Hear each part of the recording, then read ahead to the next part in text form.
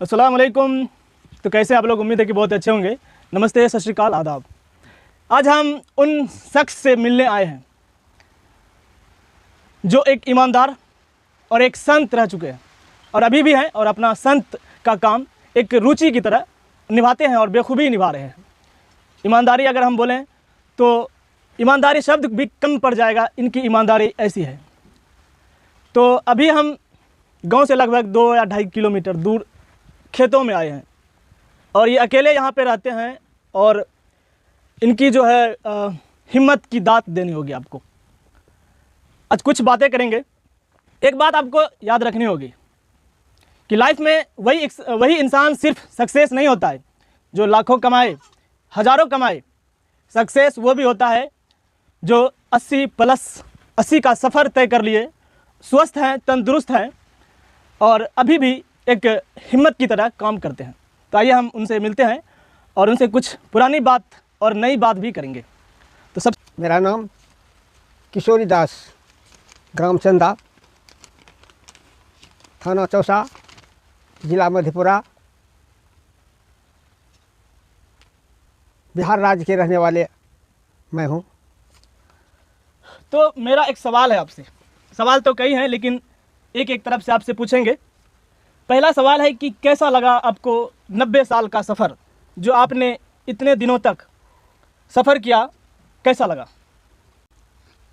देखिए, समय के अनुकूल सब सही है। जैसे मान लिया जाए बालापन आता है बच्चे के रूप में, फिर वो जो अपने आप को किशोर अवस्था में आ जाता है और किशोर अवस्था में आने के बाद फिर उसका लौट जाता है समय, तो उसका वृद्धापन कहता है। तो मैंने अच्छी ढंग से अपने जीवन को पालन किए और अच्छे ढंग से हम चल रहे हैं, फिर रहे हैं। मुझको किसी प्रकार का दिक्कत नहीं। आपने ज़िंदगी में, आप दुनिया में क्या ऐसा सीखा? 90 साल के सफ़र में आपने क्या ऐसा सीखा जो हमारे व्यूवर्स जो नौजवान हैं उनको आप जो आगे चल के उनको काम आए और उनका जो एक्सपीरियंस लेवल बढ़ जाए? क्या एक्सपीरियंस देना चाहेंगे आप? देखिए, सबसे बड़ी बात है, आज लगभग मैं कोई किताब की बात नहीं, सुने सुनाए हुए हमारे पिता माता जो थे मूर्ख थे, उन्होंने कुछ लिखित नहीं रखा जो कि मैं सही बतलाऊँ, लेकिन जो बोलते हैं पुराना आदमी, वृद्ध आदमी, उसको हमारे सामने में याद है। हाँ, 1957 में मेरा उम्र 15 साल का था। अच्छा। 15 साल के बाद मैंने 1975 में ट्रेनिंग किए, जो कि सहरसा जिला में पढ़ते थे हम लोग पहले। अच्छा, ट्रेनिंग किए होम गार्ड्स का। अच्छा। हाँ, और ट्रेनिंग करके अपने आप को, समय को व्यतीत अच्छी ढंग से किए और कुछ समय तक के लिए वहाँ हम हाजिर भी रहे। तो वो समय जो है, तो वहाँ 4 साल में एक बार बॉन्ड भरा जाता था। अच्छा। हाँ, तो 4 साल में मैंने बॉन्ड भी भरा और उसमें खटे, ड्यूटी भी किए। उस समय जो है ड्यूटी पे भी गए? ड्यूटी भी गए। ड्यूटी किए? हाँ। कितना दिन किया आप ड्यूटी? मैंने लगभग 4 साल तक ड्यूटी किया है, लेकिन परमानेंट था नहीं। अच्छा। तो परमानेंट नहीं रहने की वजह, जब जाते तो 2 महीना, 3 महीना, 6 महीना तक उसमें खट जाते। हाँ, और खट करके वो उसको प्राप्त कर लेते थे। तो आप 4 साल किए, उसके बाद क्या हुआ? उसके बाद हमारे दिल में ये हुआ कि परमानेंट है नहीं नौकरी, अगर परमानेंट नहीं है तो इससे मेरे को परिवार को गुजर नहीं होगा। तो मैंने उसको त्याग पत्र दिया। 4 साल, यानी कि हमारा जो कीमती समय है 4 साल, हाँ, वो जो युवक का जो उम्र होता है 4 साल, वो बहुत कीमती होता है। वो 4 साल जो है ड्यूटी करवाते, उसके बाद इसको एक्सपायर कर देते, कोई काम नहीं, आप अपने घर चले जाइए, यही ना जी। तो आपने ये समझा कि मुझे ये नहीं करना है, दूसरा काम करना है। हाँ, दूसरा काम करना, अपना खेती गृहस्थी। दूसरा सवाल है मेरा कि जब आप 20 साल के थे उस समय और अभी के समय में क्या अंतर देखते हैं? अभी के समय में तो बहुत कुछ की अंतर है। जैसे मान लिया जाए, हमारे देश में हर चीज़ की उन्नति है और दिक्कत मुझे किसी प्रकार की नहीं है। बोरिंग पहले था नहीं, पानी का सिस्टम था नहीं। ये बोरिंग गलने से के बाद मैंने अन्न पैदा होने लगा। अब जो है सो खाने पीने का कोई कमी नहीं है। जिसके पास जैसा इल्म है वो उतना ही प्राप्त कर सकता है इस दुनिया के अंदर में।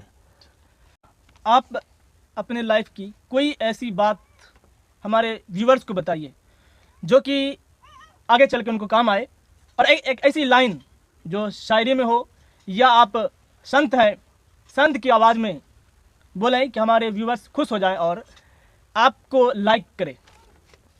तो ठीक है, मैंने लगभग इसमें जो विभाग में से आए हैं संत विभाग, और संत विभाग के आते हुए अपने आप को जो व्यतीत किए हैं और समय जो मेरा गुजर गया है, तो मैंने अच्छी ढंग से किया।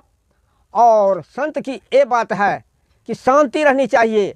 सबसे बड़ी बात है कि सहने के बाद सब कुछ होता है। ऊंचा ऊंचा सब चले, नीचा चले न कोई, जो नीचा नीचा चले तो सबसे ऊंचा हो। अगर यदि कोई विद्वान है, कोई विद्यार्थी है, वो चाहे तो धीमी गति से, माने धीमी गति से चलते रहे, वो सीमा तक पहुंच सकता है। यानी कि सच ही कहा है। हम लोग भी कहानी सुनी थी कि केचुआ और खरगोश की जो लड़ाई होती है वो बात सच हो रही है, और होती ही है कि आप खुद पर विश्वास रखिए। और एक क्या बोलते हैं वो, खुद पे विश्वास रखना एक बड़ी चीज़ है। और सबसे बड़ी चीज़ ये है कि कोई ठोकर मारे तो उनको आप गुस्से से ना देखें, हाँ, शांत करें, शांत रखें माइंड को। आप आगे चल के सक्सेस होने की एक सीढ़ी पे हैं, कहने का यही मतलब हुआ।